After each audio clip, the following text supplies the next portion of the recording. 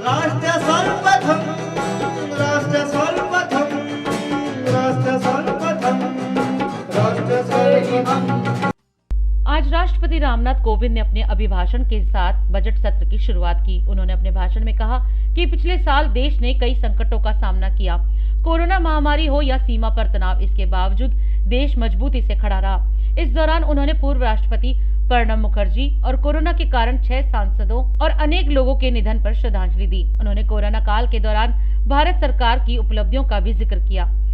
Corona वैश्विक महामारी के इस दौर में हो रहा संसद का ये संयुक्त सत्र बहुत महत्वपूर्ण है। नया वर्ष भी है, नया दशक भी है और इसी साल हम आज़ादी के 75वें वर्ष में भी प्रवेश करने वाले हैं। महामारी के खिलाफ इस लड़ाई में हमने अनेक देशवासियों को असमय खोया भी है। हम सभी के प्रिय और पूर्ववर्ती राष्ट्रपति प्रणब मुखर्जी का निधन भी कोरोना काल में हुआ। संसद के 6 सदस्य भी कोरोना की वजह से असमय हमें छोड़कर चले गए। मैं सभी के प्रति अपनी विनम्र श्रद्धांजलि अर्पित करता हूँ। आज संसद के आप सभी सदस्य हर भारतवासी के इस संदेश और इस विश्वास के साथ यहाँ उपस्थित हैं कि चुनौती कितनी ही बड़ी क्यों न हो, ना हम रुकेंगे और ना भारत रुकेगा। भारत जब जब एकजुट हुआ है तब तब उसने असंभव से लगने वाले लक्ष्यों को प्राप्त किया है। ऐसी ही एकजुटता और पूज्य बापू की प्रेरणा ने हमें सैकड़ों वर्षों की गुलामी से आज़ाद दिलाई थी।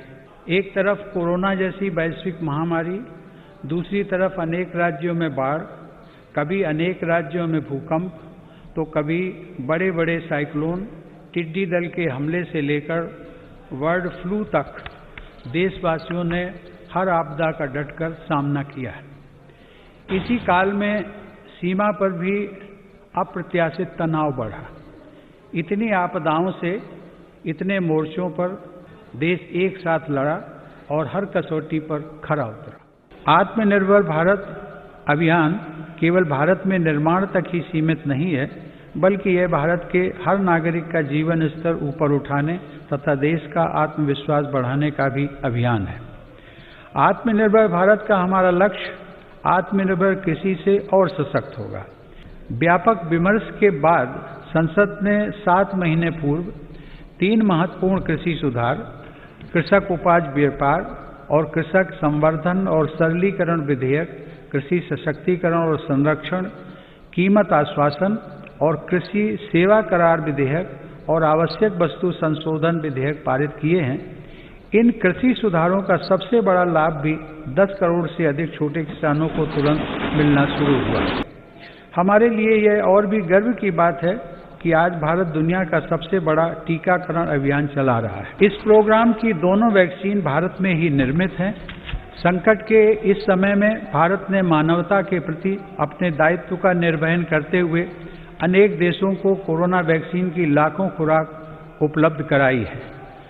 भारत के इस कार्य की विश्व भर में हो रही प्रशंसा हमारी हजारों वर्ष पुरानी संस्कृति, सर्वे संतु निरामया की भावना के साथ जग कल्याण की हमारी प्रार्थना हमारे प्रयासों को और ऊर्जा दे रही है। मेरी सरकार द्वारा स्वास्थ्य के क्षेत्र में पिछले 6 वर्षों में जो कार्य किए गए हैं, उनका बहुत बड़ा लाभ हमने इस कोरोना संकट के दौरान देखा है।